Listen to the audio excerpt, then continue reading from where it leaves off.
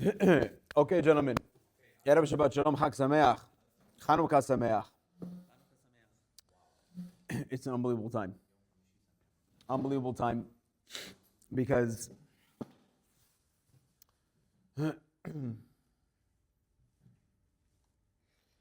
it's a great time just because it is indeed the fifth night of Hanukkah. And, we're lucky. We're lucky the fact that we get to sit here and learn Torah. If you're here, it's because you have zechut, as I always say. And not too many people are zochet. So many Hanukkah parties, so many things to go to, so much waste of time. I always thought that it was counterproductive. It's not really part of the speech, but it's mamash counterproductive. The whole goal of the Ivanim was the shakecham. That was the whole point, right? To make us forget the Torah. And on Hanukkah, it's turned into this thing where there's so much bitul Torah because of the fact that we're so busy going to parties and going to cousins and aunt and uncles. If the whole point of Hanukkah is to rejuvenate, is to recommit, is to reinvent the wheel by recommitting ourselves to learn more, because the whole arrow in the eye of the enemy is to go against what they try to do. If they're trying to get us to do what's called bitul Torah, and we go ahead and we increase it even more, he says it's mamash chabal. Anyway, so fifth night of Hanukkah, it's a holy night. And I saw one of the rabbis, they commented that the nehot of Hanukkah is so holy, gentlemen. It's a great time. And honestly, once you light the candles, don't leave the room. Don't leave the room at least for half an hour. Stay inside the room, Chaim. Enjoy the candles, pray by the candles, learn by the candles, because there's a special segula for the candles, the or that emits, this light that's emitting from the candles themselves. It's called Or HaGanuz, which we know already. It's a famous concept. If you look inside the Torah, when God created the world, Shalom, He created the world in how many days? Hazaku Baruch, in 7 days, really 6 days, in 7 days, the 7 days that He rested. But the Torah tells us on the very first day of creation, it says God created light. He created this light. And it can't be the light that we know today. It can't be the Shemesh, because the Shemesh, the sun, is what provides or for us today. But we know that it wasn't the Shemesh. How do we know, Chaim, that it wasn't the Shemesh that God created in the first day? Because God didn't create the sun until the fourth day. So this or that He created, what was it? What's this light that God created? Ella, it's a special light that God created that we don't know what it is today. Because the Gemara says that God took this light, it was too strong for the Jewish people. It was too strong for humanity. Therefore, He took this light, He hid it in what's called Or HaGanuz. He put it inside Genizah, He put it inside this hiding, this storage. And it's not to come out until Nero Chanukah. It's the light that we see that's emanating from the candles. It's a very special light. Every time I look inside, I almost get lost in the light, because it's this light that God, He only reveals to us once a year for 8 days on Hanukkah. Therefore, there's a very special light. It's God, besides the tremendous amount of spiritual significance these lights they hold. Besides that, it's also God's manifestation of His ahava. God's manifestation of His light, of His love that He gives towards the Jewish people. I told my son a story right before we came here. Rabbi Buziansky has a story in a book called Stories That Strengthen the Heart. And he tells a story about a guy, his name is Mr. Katz. And Mr. Katz, unfortunately, he had a wife that was very sick, and the treatment, he lived in Canada, and there was no treatment for his wife in the country of Canada. So they decided to tell him that there's a doctor in the city that knows exactly how to the procedure. So he flew to New York. He gets to the doctor's office, and to his dismay, they tell him that Canadian insurance is not accepted in America. So he sat there. So he asked him how much would the procedure cost, and it was hundreds of thousands, something that he couldn't afford. So the story goes that he sat in the doctor's office and he was crying. He was crying because he couldn't afford the procedure. He thought that his wife was going to die. And as he's crying, the doctor comes out. He's ready to go home, and he sees this another Jewish man that was crying. The doctor happened to not be religious, but he was Jewish. He felt bad for the Jewish man that was crying. So he asked him, he goes, how could I help? He told him the story that my insurance is not accepted here. It costs a lot of money. So the doctor had the suggestion. The doctor said that he has a student that lives in Toronto. And the student, he trained him, and he could also tell him how to follow whatever protocol that was needed to heal his wife. He could walk his student step by step, and the wife has a possibility of a recovery. So once Mr. Katz he heard the story, he was very excited. He made an appointment with this doctor's student. It took him months to get to a point, but he finally got it. He had to make a couple of special phone calls. He had to use a couple of pulls. But bottom line is, he got an appointment, and the appointment fell out on the Friday of Hanukkah. Listen to a story. Friday of Hanukkah. And the guy was nervous. It was a very late appointment. He was nervous that if he would be held up too long in the office, he wouldn't have a chance to light nehot. So he did something. He took his wife's Shabbat candles with him, and he took his Chanukiah with him, and he went to the doctor's office. he sat down with this doctor from Toronto, the student of this doctor from the city, and they're talking to each other, and the doctor reassures him that, listen, he goes, everything is going to be fine. As long as I follow my teacher's protocol from Manhattan, I think I could heal your wife. The man was very excited. Mr. Katz was very excited to hear the good news, and all of a sudden, once the meeting was over, he looks at his watch, and he notices he only has a few minutes left to light the candles. So he tells the doctor, he apologized, and he said, listen, he goes, I'm Jewish, he goes, I'm religious, and tonight is one of the nights of Hanukkah. If I don't light the candles now, I'm not going to have a chance, he tells him. He goes, do you mind if I light candles inside the doctor's office? The doctor tells him, he goes, listen, he goes, this place, it's a hazard to light candles. We don't have any candles, we don't have any lights, and there's smoke detectors everywhere. He goes, if you want, he tells him, he goes, I have a back office. The back office has no smoke detectors. You can light candles over there, Baruch haba. You can light candles there. So Mr. Katz gets excited. He goes to the back office, and he sets up his Hanukkah, he sets up his candles, he sets up the Shabbat candles, and he feels inside his pocket, but lo and behold, he forgot matches. That's the worst thing that could happen. You brought all the material, but the last thing you forgot, the most important part, he forgets the matches. Yeah, so he goes, imagine the smoker, right? He wants to light the cigarette, all of a sudden he notices he has no matches. So he goes back to the doctor and he apologized, and he said, listen, he goes, I appreciate everything you've done for me up until this point. You gave me an appointment, you saw me last minute, and you even told me to go inside your office where there's no smoke detectors to light the candles, but you forgive me, but I forgot the matches. Do you have any matches? And the doctor says, he goes, listen, buddy, he goes, I've already bent over backwards for you. I have no matches. So he goes, maybe you do. Maybe you want to check your drawer. So the doctor tells him, he goes, I'm telling you, I have no matches. And to prove to him the point, he opens the drawer just to tell him that he has no matches, and boom, he has a lighter in the drawer. The doctor was so shocked that he had this lighter. He takes the lighter, he held it in his hands, almost like he was speechless. He gives it over to Mr. Katz. Mr. Katz takes the lighter, and with a lot of fervor, he makes the bracha, shekidishanu, ladik ne'er Chanukah, shechianu, whatever, sheshan disim, he lights the candles. Afterwards, the doctor tells him, he goes, something incredible happened. He goes, I've been working in this doctor's office for 15 years. He goes, every single day I open up the drawer and I know what's in there. I can almost name you all the articles in there by heart, and I can almost guarantee you there was no lighter. He goes, but I remember this morning that as I was on my way to work, he goes, I get off my porch and I noticed that my daughter and her friends were on the porch and they were smoking cigarettes. Because I got so upset at my daughter that I grabbed the cigarettes away, I put them inside the trash, and I took one of the lighters away from the friends, and I said, there's no smoking in this house. I take the lighter, I threw inside my bag, my briefcase, and this morning, as I was taking everything out of my briefcase, I noticed the lighter, I took it out, and I threw it inside my drawer. He goes, I completely forgot about it, and like I said, for 15 years I've been working here, I know exactly what's inside the drawer, because when I opened it, he said, I noticed it was there, it must be a sign that God truly loves you.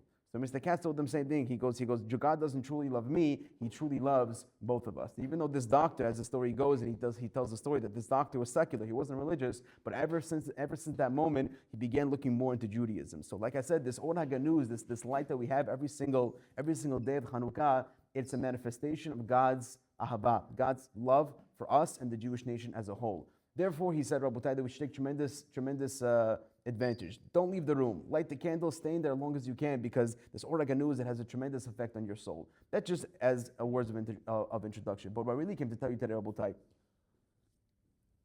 every single year in Hanukkah, we always read Parashat Miketz, which is this week's parasha. And the rabbis, they kind of not struggle because it's there. All you have to do is look for it. But they love pointing out different remazim, different connections between Parashat Miketz and Hanukkah. The most obvious remez, it's not really obvious, but the most famous remez is in the very first pasuk in parasha. If you look inside the very first source, Torah tells us, "Vayhi Miketz shenatayim yamim uParo holem v'hinei omed al hayaor." It was at the end of 2 years that Yosef spent an extra 2 years in jail that Paro has a dream. Says the rabbis, if you look at the word shenatayim, 2 years, shenatayim is actually Rosh Tevot for the words Semol, Ner, Tadlik, Yamin, Mezuzah. Again, look at the word shenatayim. Picture the word shenatayim in your mind. Look at it. The sheet shenatayim is Rosh Tevot for Semol, Ner, Tadlik, Yamin, Mezuzah. What does that mean? That on the left side we light the candles, and the right side is the mezuzah. So the very first remez to Hanukkah is in the very first pasuk in parasha where it says, "Vayhi miketz shenatayim." Shenatayim is Rosh Tevot for Semod Ner Tadlik Yamin Mezuzah. That is one famous remez. Another famous remez the rabbis tell us that later on in parasha, when Yosef finally sees Binyamin and he tells his brothers that, well, it's not his brothers yet, always his brothers, but they didn't know it was Yosef yet. He tells them, I want to have a seudah with you. So he tells the person in charge of his home, he says, I want you to prepare a seudah. The words he uses are tavoah tevach vehechan. What does that mean, Chaim? Tavoah tevach vehechan. I want you to slaughter. Tavoah tevach. I want you to slaughter vehechan and prepare me a seudah. Look at the very next pasuk. Says Yosef, Vayar Yosef itam et Binyamin. Yosef sees Binyamin with them. Vayomer, and he tells la'asher al beito. He tells the person in charge of his home, Hava et ha'anashim. Bring these people with you, habaita, to the house. Utvoach tevach, slaughter vehechan, and prepare the seudah. Ki iti yochlu ha'anashim b'tzoraim, because these people are going to eat lunch with me. Says the rabbis, if you isolate the words tavoach tevach vehechan, the last word of tavoach is the letter het, and the word vehechan is to prepare, vehachen, and prepare. So, and prepare. So he says the words, the last letter is a het, vehechan, and to prepare, he says, boggle the words het and vehechan, boggle the whole word together, it spells out Hanukkah. Therefore, the whole remez was the seudat Hanukkah that he wants to have with his brothers. Therefore, says the rabbi called Eli Rabbah, this all inside halacha. He writes, Berov Hashanim, in the majority of the years, Hanukkah kal beParshat Miketz. The Hanukkah will fall out in Parshat Miketz. V'simanach. What is the siman? What is the remez? Miketz shenatayim. What does it mean shenatayim? Notrikon. It's a rosh tevot for semod ner tadlik yamin mezuzah. Ba'ani yom tov hakatuv kibalti siman acher bepashat miketz. Because I have another tradition from my rabbis. What does it mean miketz? What is another remez of Parashat Miketz for Hanukkah? Utvoach tevach ve'hachen. Prepare it. What does he say? He says the het of tivoach utevat min hachen. Everything together. Hen otiyot Hanukkah. This is the words of Hanukkah. Not only that, but says the rabbi, if you take the gematria of the words tavoach tevach, altogether equals 44. 44 is the exact amount of candles that we light all throughout the 8 days of Hanukkah. 36 candles altogether, plus the additional 8 of the shamosh. Altogether adds up to the number of 44. Therefore, if you take the gematria of utvoach tevach, altogether it equals to 44. That exact amount of candles that we light during Hanukkah. Says the rabbi, Hein otiyot Hanukkah b'simanach l'seudat she'osim b'Hanukkah. That is a remez to the seudah they make on Hanukkah. V'otiyot utvoach tevach, the letters of slaughter, b'gematria memdalid kimo hanerot. Exactly the amount of letters there are, or the candles that we light during the holiday of Hanukkah. Anyway, that is a bunch of famous remazim that the rabbis give when it comes to the holiday of Hanukkah and what is the connection with the Miketz. That is what he says. But B'shutchem, I want to give you another remez that Rabbi Friedman in his Shvila Pinchas, he gives over in the Sefer, and he says unbelievable. He says, he begins by talking, he points out a discrepancy between the dream of Paro that we know that he had, the way the Torah describes, and the way that Paro is telling it over to Yosef. Rabbi, if you ever just pay attention for a minute, when you're reading over the Pesukim, a lot of times they give you these small, again, it's minor infractions, minor discrepancies, but they hold the biggest hidushim in those discrepancies. If you see the way the Torah describes the dream of Paro, again, look back at the very first source. How does it describe the dream of Paro? It says, "Vahi miketz shenatayim yamim uparo holem." What's the dream? Chaim, what's the dream? V'hinei omed al hayor. And Paro was standing where?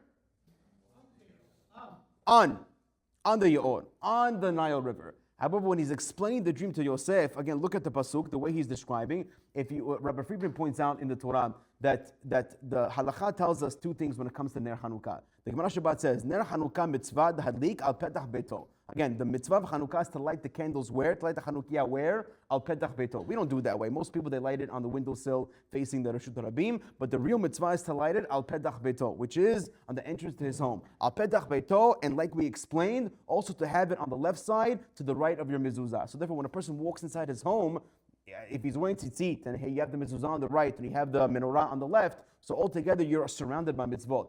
King Solomon says, Chota mishulash, no bimhera yinatek. If a person has a three three-woven string, three-woven rope. It doesn't unravel so easily. Therefore, if you have these three mitzvot, if you're wearing tzitzit, and you have your mitzvot on your right, and you have Ner Chanukah on your left, it's considered that you're surrounded with mitzvot, therefore you're considered protected. Therefore, the Gemara says that a person should light candles mipetach beito, you should light it on the entrance of his home, and it should always be on the left where the mezuzah is going to be on the right. And that bothers Rabbi Friedman. He wants to know, Bemet, what is the greatest significance of when a person has to have your Chanukiah outside, and also you have to have a mezuzah on the right and the Chanukiah on the left itself. And he begins the drasha, like I said, this discrepancy between Paro, and he says over there that the way that the Paro describes his dreams to Yosef, look inside and he says, Vaydaber Paro el Yosef. Paro is talking to Yosef and he says, Bahalomi, in my dream, Hineni Omed al Sefat HaYeor. And I was standing on the banks of the river itself. And this is very strange, because in the way the Torah describes the dream, he was standing on the Nile. And the way the Paro is describing the dream to Yosef, he's standing on the banks of the river. And the truth is, this even confused Yosef, because Yosef, again, he is a great character, and he has Ruach HaKodesh. How do I know he has Ruach HaKodesh? Because if you pay attention, Rabotai, we actually read it Shil Shayom, that's today. And on the fifth day that we read the Shil Shayom, what do we say? What do we say? We say the pasuk of Eidut b'Yehosef Shemo, right? The name of Yosef is not Yosef, rather, Chaim, it's Yehosef. What does it mean, Yehosef? That he added the name, God added the letter Hey to Yosef's name. And again, obviously we know that God's name is Yud Kei Vav Kei. So God took the Hey, so to speak, whatever that means. He took the Hey and he added it to Yosef's name, making it from Yosef to Yehosef. He made Yehosef Shemo. And the rabbis tell us that by adding that extra letter to his name, he gave Yosef a tremendous amount of wisdom. And therefore, with this wisdom alone, I can even further to say that he even had Ruach HaKodesh. He had, this divine inspiration. Therefore, Yosef knew that Paro's dream was the Omed al HaYeor. And then all of a sudden, Paro was telling him that he was Omed al Sfat HaYeor. Yosef in his Ruach HaKodesh was confused. I know, says Yosef, through my divine inspiration, that Paro was standing on top of the river. And all of a sudden, Paro was telling me that he stood on the bank of the river. For Yosef, it didn't make any sense. That's why if you continue reading that pasuk in Tehillim, it says, Eidut b'Yehosef Shemo, Sefat lo yadati eshma. I didn't know that Paro was standing al Sefat. And up until now, he was standing al Yaor, on the Yaor itself. All of a sudden, he's telling me al Sefat Yaor. He goes, lo yadati. This is a big hidush to me, because I know that he was standing on the Yaor itself. Says the rabbi called Bnei Yisachar. If you look inside the sheet, it says over there, Ve'zeh perush hakatuv. That is the explanation of the pasuk. Eidut b'Yehosef Shemo b'zchut ha'ot hey. In the honor, or in the zchut, in the merit of that ot hey, that they added to Yosef's name, the Shmo, Mikdushat Hayom Rosh Hashanah, because we know that Yosef, the Midrash says, he was let out of prison on Rosh Hashanah. So therefore, Yosef had a tremendous amount of Siyata Dishmaya as God added this extra hate to his name. Hine, Betzeto al Eretz Mitzrayim. Yadalu mal leParo beruach hakodesh. Yosef knew how to tell Paro in his divine inspiration. Sefat lo yadati ishma. I had no idea, Paro, Masha amarta, that which you told me, shira'iti b'chalom shata omer al Sefat haYeor. You saw in your dream that you were standing on the banks of the river. Lo yadati. I had no idea. Shayarak. Shayarakin. I had no idea this was the situation. Rak ishma. Right now I figure it out. Now that I know, you're telling me, this is a big chidush to me, says Yosef. I had no idea that you were standing al Sefat. I thought that you were standing, which is really true. I knew you were standing al Yaor itself. So therefore, even Yosef was confused for the fact that Paro was telling him one thing, even though Yosef really knows it was the other. No, because he added the name, Yosef knew Yosef knew the dream. Yosef already knew the dream before Paro told him. Why? Because he had divine inspiration. And in the divine inspiration, it was told to Yosef that Paro was standing on the river. And then he's asking Paro, what was your dream? Paro was saying, my dream was I was standing on the banks of the river. So Yosef, that doesn't make sense, because I know my Ruach HaKodesh there was on. And you're telling me Asifat, what's Pishat? So Bemet, Rabbi Friedman wants to know, why did Paro change it from Al to Al Sefat? What is the difference between Paro saying that I was standing on the Nile to the fact that he changed it to on the banks of the Nile? What is the difference between on and on the banks? That's right. He doesn't deal with it in the essay, but there's depth to that also, by the way. There's depth to that also. So he explains by a Midrash.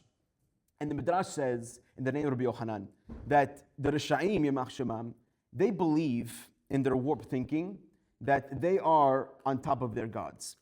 however you want to call it, whatever the Goyim believe there is their gods, they think that there is a deity. They believe that this God is helping them, running their life or whatever it is, but still they're not willing to subjugate themselves to the point where the God is on top of them.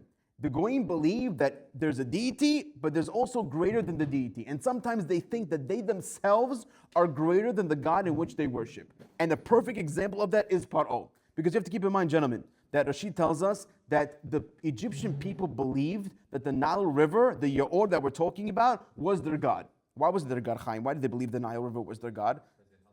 Exactly, because the Nile River would overflow a couple of times a year, and depending if it would overflow, the Egyptian economy, it flourished. It was able to irrigate their fields. They had parnasah because of it. So therefore, they believed that every time it was irrigated, every time it overflowed, that means the God of the Nile River was kind to them. However, if there was a year or if there was a month where the Nile River did not overflow, so that means the God is not kind to them, and therefore the economy suffered greatly. Therefore, the Egyptians really believed that the Nile River, this Yaor, was God, and they bowed down to it, and they brought sacrifices to it. The only person in Egypt that believed that the Yaor was not God was Paro. Maybe he believed that it had koach, but Paro believed that he was even greater than the Yaor itself. And I have news for you, gentlemen. The Gemara Barachot says that whatever a person thinks about during the day will come out in his dream later that night. There's a famous story about one rabbi, that the king came to him and said, Rabbi, if you're such a great chacham, what am I going to dream about tonight? The rabbi says, the answer is simple. You're going to dream about pink elephants. And the king was shocked. Why in the world would I dream about pink elephants? The entire day he's thinking to himself, why would the rabbi say that I'm going to dream about pink elephants? And lo and behold, later that night in the dream, what did he dream about?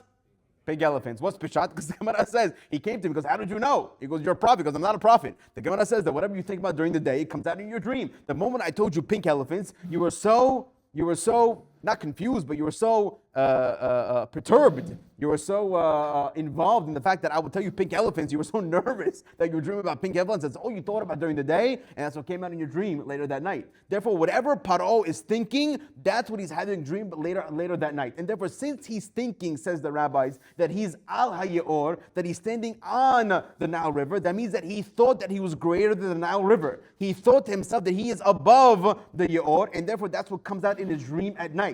However, I want to read that inside the Midrash. The Midrash says, the Midrash Rabbi, Amar Rabbi Yochanan, Harisha'im, the wicked people, it says, Mitkaimin al Elohehem. They believe that they are on top of their gods. And what does it mean they believe they're on top of their gods? Not only physically on top of their gods, that they believe that they are on top of the gods themselves, however, also ideology. They believe that they could understand what their God is. Meaning to say, that Yehudim, us Jews, we know no matter how much chokhmah that we have, no matter how much we grow in learning, we're never going to understand the ways of HaKadosh Baruch Hu. No matter how much time we put into it, no Jew, nobody ever could claim that they understand God fully, because there's no such thing. God's ways are beyond us. The cheshbonot of God are way, way above us. However, the Risha'im, they truly believe that. What does it mean they're mitkayim above their gods? That means that they think they can understand the ways of their God. And that's Paro. Paro believed that he's Omed al Hayor itself.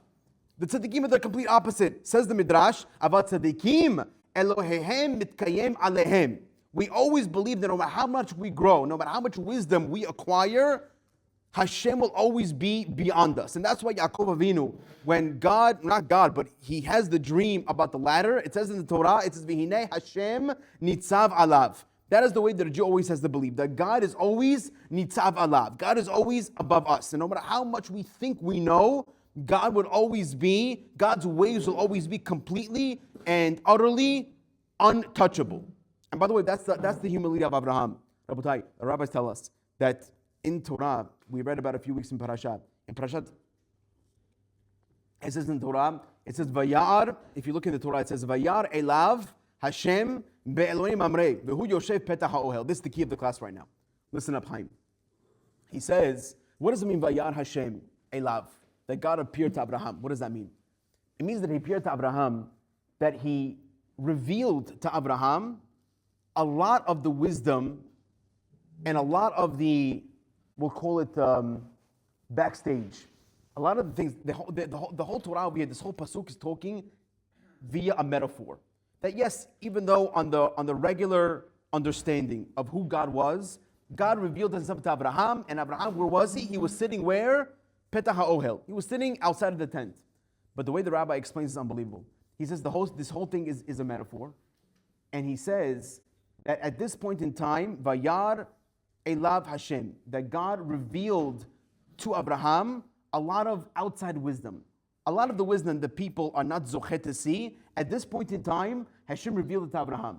But the greatness of Abraham was that no matter how much wisdom he had, he still considered himself as Yoshev Petach HaOhel. Again, Rabotai, view this pasuk as the entire thing is symbolism. The entire thing is a metaphor. If we view the Ohel itself, picture an Ohel, picture a tent, and inside the tent, that is the wisdom of God. The tent itself is the entrance of Kedusha. The tent itself is private chambers. Even though God revealed himself to Abraham, what does it mean he revealed himself? Not only did he begin having a conversation with him, but he told Abraham a lot of hidden wisdom that most people in their lifetime are not zochet to see. The greatness of Abraham Avinu was that even though God revealed this wisdom, even though he was Vayar Elav, even though he revealed this wisdom to Abraham, the greatness of Abraham was he still considered himself as Yoshev Petach HaOhel. He considered himself as if he was sitting outside of the tent. The tent itself, that's the private chambers. The tent itself, that is the wisdom, that is the fully understanding of God. And even though Hashem revealed this wisdom to Abraham, he still considered himself as Yoshev Petach HaOhel. And therefore says Rabbi Friedman, that is the goal of Am Yisrael. The goal of Am Yisrael is, no matter how much you consider yourself knowing, always to stay humble. The humbleness of Yoshev Petach HaOhel. And that's what we pray, Rabotai. We even said it today by the Hillel. We say the words of King David, Pitchuli Sha'arei Tzedek. We ask God to open up these gates of wisdom for us, but at the same time, even if God opens up these gates of wisdom, the key is still Yoshev Petach HaOhel. Hazaku Baruch. Hold on a second. Before I get there, you hopped it already, but let me just say it out loud. Based on this understanding that a person has to always be Yoshev Petach HaOhel, he explains the kavanah of mezuzah. The reason why every single house has a mezuzah on the door is in order to teach us this lesson. Imagine for a second, the home is the Ohel.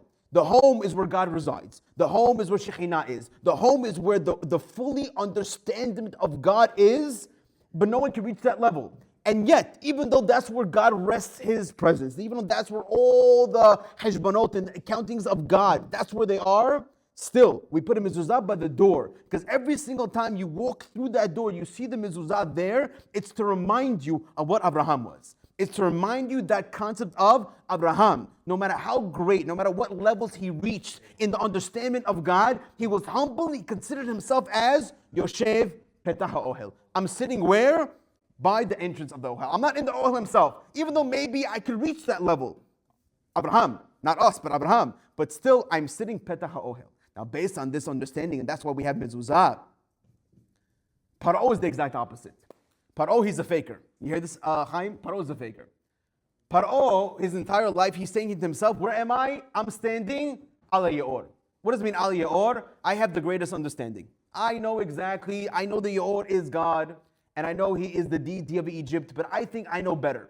Whatever that means. Again, it doesn't mean anything because God, he runs the entire world. And he runs the entire world via a lot of, we'll call it mazalot and constellations. He gives the mazalot power to run the world as smoothly as it does. So whatever mazal was in charge of the Yaor, Paro is claiming he has full understanding of that mazal. So therefore, he is al Yaor. He is much greater than the Yaor, and he has full understanding of how it goes. And all of a sudden, he sees Yosef. And he tells Yosef, explain my dream. The first thing Yosef tells Paro is, it's not my understanding. It's not the way I interpret dreams. What is the word that Yosef uses? Everybody knows that word? Bil'adai. Bil'adai means it's not me, it's God. The moment that Paro heard the word Bil'adai, he had a tremendous musar lesson. Yosef gave him a big ethical talk over here because he told Paro, you think you understand the way the world works? Bil'adai. It's not really you, it's not really me, we have no understanding, it's really God. Now at this moment when Paro got this shock of his life of Bil'adai, he says, you know what? I have to change my attitude. Up until now, I was ala Yaor. I was on top. I thought I had the greatest understanding. Now what I'm going to do is that I'm going to change my understanding. I'm going to change my opinion. I want to mimic myself like Abraham. Just like Abraham, he understood, yet he considered himself where, Chaim? Petach ha'ohel. He was on the corner. He sat at the entrance of the house, not understanding the house itself. Paro said, I want to do the same thing. I want to yoshev where? I want to be al sifat ha'yor. I want to be like Abraham. Just like Abraham sat Petach ha'ohel, I also want to sit where? Al sifat ha'yor. What he's doing is, he's trying to mimic the ways of Abraham. But unfortunately, our rabbis tell us that Paro is like a monkey. And I mean that in all seriousness. That he's a monkey, because just like a monkey, what does a monkey do? A monkey tries to be like a human being. A monkey tries to say to himself that, listen, I have fingers like a human being. I have disposable thumbs like a human being. I can even walk like him. I can even eat like him. But we all know that a monkey is no human being. In fact, the Zohar says this. The Zohar says on a very high level, Kabbalistic level, the klipa, what's the klipa? The husk, the impurity, the tum'ah of Paro, it was domed to the tum'ah of a kof, which is a monkey. The Zohar says this. He says that just like a monkey tries to mimic human beings and copy them, but it's not a human being. So too Paro, he tried to mimic the ways of Abraham. He tried to say, listen, I'm humble just like him. I sit also petach ha'ohel. I sit asfat ha'yor. Says the Zohar. What's the pasuk? He was Omer asfat ha'yor. Just like Abraham was Yosef petach, again, which is the opening of the house. So to Paro, he is standing on the opening of the yor, but not the yor itself. He's trying to mimic the ways of Abraham. Says the Zohar, Pashat Tulma, look inside. He says these words. He says, Ki gavna dikofa, just like a kof is a monkey. Etzel b'nei nasha, like people, he tries to copy people. The azla bata b'nei nasha, he tries to copy what people do. However, velo atitekan lemevar hachi, but he can never do what human beings do. And therefore, that's what Paro tried. He tried to mimic the ways of Abraham. He tried to act like a human being. But at the end of the day, he can never copy the Kiddusha of Abraham Avinu. And that's exactly what is the claim against Paro. The reason why Paro wanted to switch from Al HaYeor, again, the way Rabbi Friedman is explaining Al HaYeor means, he tried to say that he knows more than the deity. He knows more than who's in control. And all of a sudden, once Yosef gave him this lesson in Musar, he says, you know what, now I want to try to be Abraham. Just like Abraham, who be'emet knew the wisdom, Vayar Hashem Elab, that God appeared to Abraham, showing him this wisdom, but still Abraham Avinu remained humble, and he said to himself, I'm going to sit Petah HaOhel. I sit at the corner, and that's exactly why I have the mezuzah by the door. Says the Rabbi Friedman, based on this, he begins to shed light on the decree of the Yibanim. The Yibanim's whole goal was, as we read it inside the Al Nasim, like I began the class with, was what? What was the goal of the Yibanim, Rabotai? The goal of the Yibanim was the Shakacham Toratach. They had no issue with the Jew himself. They had no issue with the physical Jew. They said to themselves, we don't care the fact that the Jew is physically alive. We don't care about that. We want to do damage to the Jews much more than killing their bodies. We want to destroy their souls. And therefore, we want to do what's called the Shakacham Toratach. We want to forget, we want to make them forget the Torah. And how does one make a Jew forget his Torah? The Midrash says, they wanted to blacken out our eyes. Chaim, you listening? They wanted to blind us. How does a person spiritually blind somebody else? What do eyes represent, gentlemen? When a person says, I have two eyes, why did God give us two eyes? It's a question that's never been asked. But you have to ask these questions. Why did God design it in a way that a human being has two eyes? That if a person is missing one eye, Torah tells us that there's a mitzvah called Shalosh Regalim. There's a mitzvah to go up every single holiday to Jerusalem to do what's called mitzvah re'iyah. What's mitzvah re'iyah? To be seen inside the Beit HaMikdash. You have to be seen inside the temple. And the Torah tells us that if a guy is suma bechad be'einav, if a guy is blind in one eye, he is exempt from this mitzvah. So the person has to ask himself, why did God create a human being with two eyes? That if he has only one, he's a matuk from mitzvah re'iyah. It's a great question. He has two eyes, Chaim. Why two eyes, Davka? That's the question. Why does a human being have two eyes? And what did the Greeks try to accomplish by taking away these, by blackening our eyes to take away the Torah that we hold so dear? Says the rabbi called Avodat Yisrael. Look inside, this is unbelievable. It's a great revelation. He says as follows. He says, because that which God created, Et Adam b'shtei einayim, He created human beings with two eyes. Again, it's all a metaphor. Judaism and the world at large is all about symbolism. What is the symbolism behind having two eyes, says the rabbi? With one of the eyes, yistakel al gadlut abore. You're supposed to look on how great God is. as we read every single day. Gadol Hashem umehulal me'od v'ligdulato en heiker. God is unlimited. God's oneness is without geder. It's without fence. It's not ending. It's infinite. God's wisdom. And therefore, with one eye, we're supposed to look at God that way to realize that how great God is. And with the other eye, says the Rabbi, and with the other eye, ube'ain shni'ah yistakel b'shiflut atzmo. He has to look on how lowly he is. But if a guy is blind in one eye, he can only see with one eye. With that one eye, he can only do one of two things. He can either look at how great God is or how low he is, but he can't do both. Therefore, Adam kaze patur min hariyah. This type of guy, he doesn't have to show up to the Beit HaMikdash 3 times a year. Because bottom line is, he cannot fulfill what his eyes are made to do. You hear this? If a person doesn't have two eyes, he does not use his eyes for what it's made for. To A, see the greatness of God, and to B, see how lowly he is. He cannot fulfill his mission of having two eyes. And therefore, says Rabbi Friedman, that is exactly what the Greeks tried to do. They tried to blind our eyes, blind them not in the physical sense, but in the spiritual sense, to darken our eyes in order to come along and say, listen, it's not the greatness of God. If a person doesn't see with his eyes, he cannot contemplate in the greatness of the Borei. And once a person cannot see the greatness of Borei Olam, who does he attribute the greatness to? Hazaku Baruch Chaim. Once he cannot see the greatness of God, he attributes the greatness to himself. And once that happens, says the rabbis, it turns into Petach HaOhel, what Abraham Avinu was. It turns from sitting at the corner, knowing everything, but still sitting at the entrance, to Kochi Be'otzem Yadi. And the moment that happens of Kochi Be'otzem Yadi, the Gemara says that anybody that's a Bal Ga'ava, anybody that's haughty, anybody that's proud of himself, what happens? The Gemara Hagigah says, the Torah is Chochmato Mistakelet. There you go. His Chochmah, his wisdom, it disappears. Therefore, the Greeks were very smart. They said to themselves, we need a plan. We need to figure out how to get these Jews to forget about the Torah in which they learned. And they knew the Gemara. They knew by becoming Baalei Gaba, they knew by making somebody haughty, you could forget all about the Torah. But how do we get the Jewish people to be haughty? How do we make a person too proud where he forgets his Torah? We have a great idea. In order for them to forget, if we cause them to forget who God is, and they attribute their greatness to themselves, in that act alone, it makes a person very, very proud. And just by doing that, they forget all the Torah that we learned. And therefore, the goal of the Greeks was, as Rabbi Friedman puts it, to switch from Petach HaOhel, who Avraham Avinu was, to Kochem Be'otzem Yadi. And the moment that happens, we become too proud. They blind out our eyes, that we can't see the gadlut of God and the shiflut of who we are, the lowliness of us.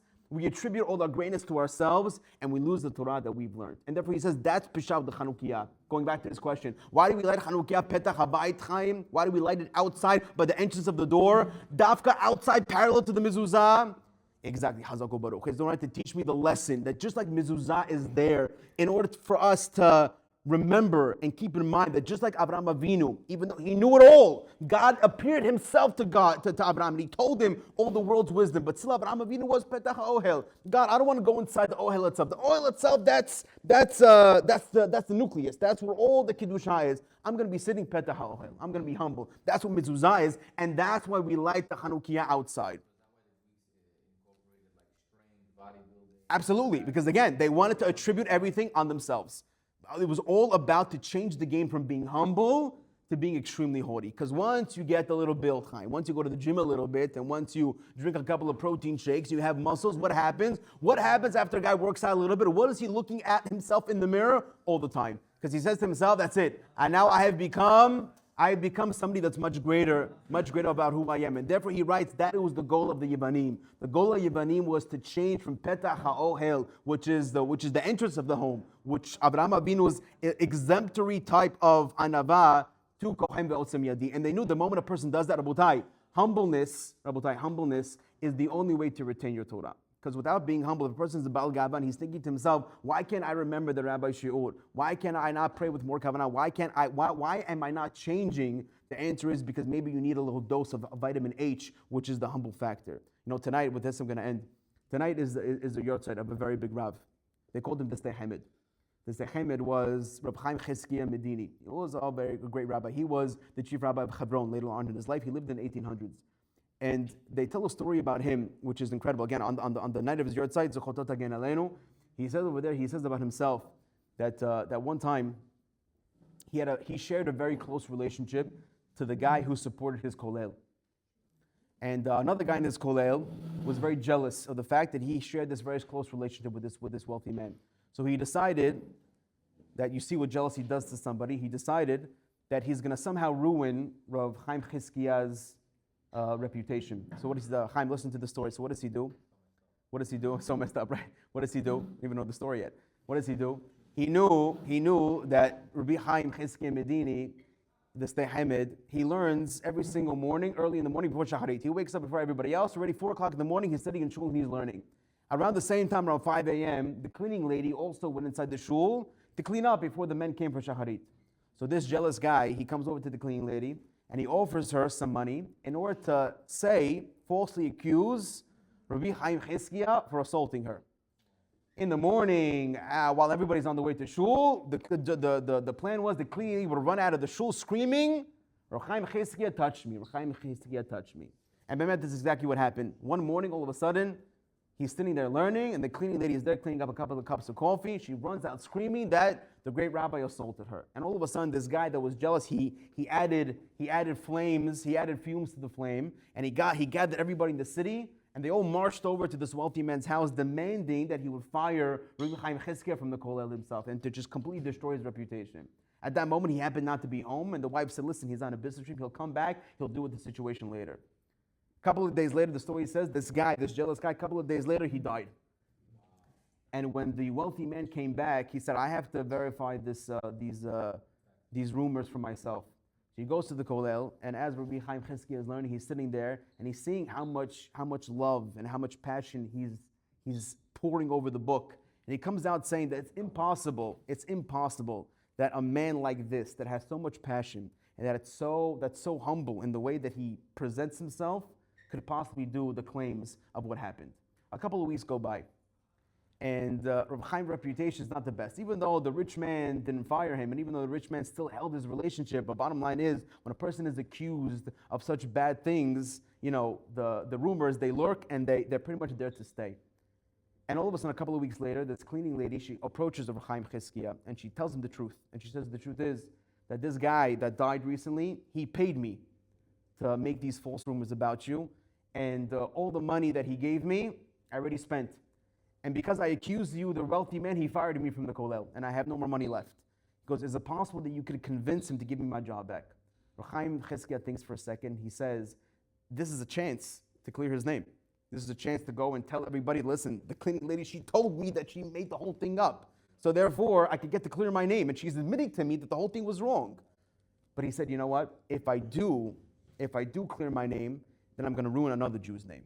And he says that by revealing the truth, I'm going to create a tremendous Chilul Hashem.